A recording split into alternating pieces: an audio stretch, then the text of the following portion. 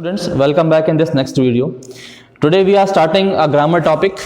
आज हम एक ग्रामर टॉपिक स्टार्ट करने वाले हैं जिसका नाम है post card writing. Post card writing वैसे तो आपने बहुत कम सुना होगा, बट ये आपको सिलेबस में है, और क्योंकि ये सिलेबस में है तो हमें इसे पढ़ना भी पड़ेगा। और पढ़ने के साथ साथ आज हम कुछ चीज़ों को समझेंगे। सबसे पहले आज ये हम समझेंगे कि पोस्ट कार्ड क्या होता है, कैसे लिखा जाता है, कुछ इसके इंपॉर्टेंट पॉइंट्स मैं आपको बताऊंगा, और इंपॉर्टेंट पॉइंट्स बताने के बाद मैं इसका फॉर्मेट बताऊंगा कि किस तरह से ये लिखा जाता है। पोस्ट कार्ड फॉर्मेट में आपको क्लियर हो जाएगा। When I will give the format all the things will be clear, सारी चीजें क्लियर हो जाएंगी आपको किस तरह से पोस्ट कार्ड लिखा जाता है। लगभग slightly we can say that this post card is just same as notice and message, because you know that in notice and message also we draw a box, then we start the notice and message. So similarly for this postcard also, first we draw a box, then we used to start the postcard. सबसे पहले हम postcard पढ़ते हैं। ये postcard होता क्या है? postcard यहाँ पे मैंने लिखा हुआ है, card that you write to someone and usually send without an envelope. ऐसा कार्ड जिसको आप मैसेज के फॉर्म में लिखते हो और उसमें जब आप लिखने के बाद में सामने वाले को देते हो तो उसके लिए आपको एनवेलप की जरूरत नहीं पड़ती है। एनवेलप अगर हम बोलेंगे तो एनवेलप मतलब होता है लिफाफा।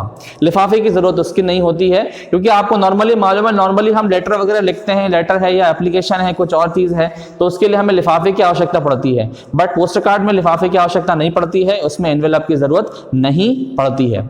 तो यहाँ पे हम कह सकते हैं कि पोस्ट कार्ड इस तरह से, इसकी डेफिनेशन यह है कि ये एक ऐसा कार्ड है जिसमें हम मैसेज के फॉर्म में इसको लिखते हैं। On this card is usually send without an envelope, envelope की जरूरत इसमें नहीं होती है। इंपॉर्टेंट पॉइंट्स के बारे में मैं आपको बता देता हूं। सबसे पहले ये हम बात कर लें, इंपॉर्टेंट पॉइंट्स की हम बात करें। The place and date, the place and date are written in same line.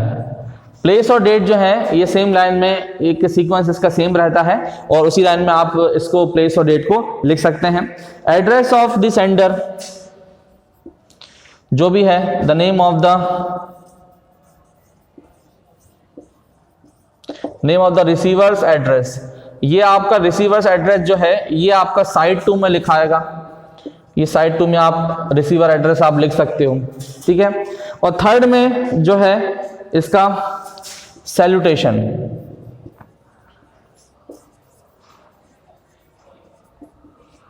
Salutation का मतलब होता है, सपोज कोई भी है, जैसा आप मान लीजिए डियर लगा रहे हैं, रिस्पेक्टेड लगा रहे हैं, तो ये क्या होगा, ये सैल्यूटेशन होगा इसका। तो ये सैल्यूटेशन भी आपको पोस्ट कार्ड में ध्यान रखना है, किस तरह से आप इसको लिखते हो। 3-4 पॉइंट इसके आपको ध्यान रखने की आवश्यकता है। प्लेस एंड डेट हो गया, name of the receiver address हो गया, सैल्यूटेशन हो गया। इसको हम 3 पॉइंट को आप थोड़ा सा दिमाग में रखने की आवश्यकता है। अब मैं आपको इसका फॉर्मेट बता दूंगा, फॉर्मेट किस तरह से इसको बनाना है आपको। Now please see the format of the post card. Format में आपको बता दे रहा हूं किस तरह से पोस्ट कार्ड का फॉर्मेट आपको कैसे स्टार्ट करना है। स्टार्ट करने के साथ साथ आपको क्या लिखना है ये आप देख लीजिए। 2 आपको यहाँ पर दिख रहे होंगे, साइड 1 और साइड 2।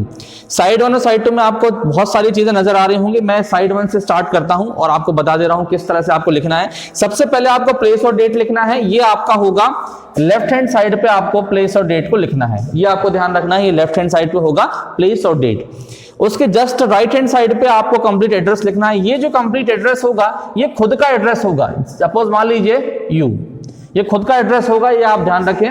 राइट हैंड साइड पे आप कंप्लीट एड्रेस आपको खुद का लिखें। इसमें 2 चीजें हैं ध्यान रखना, एक साइड 2 में name of the receiver address भी है।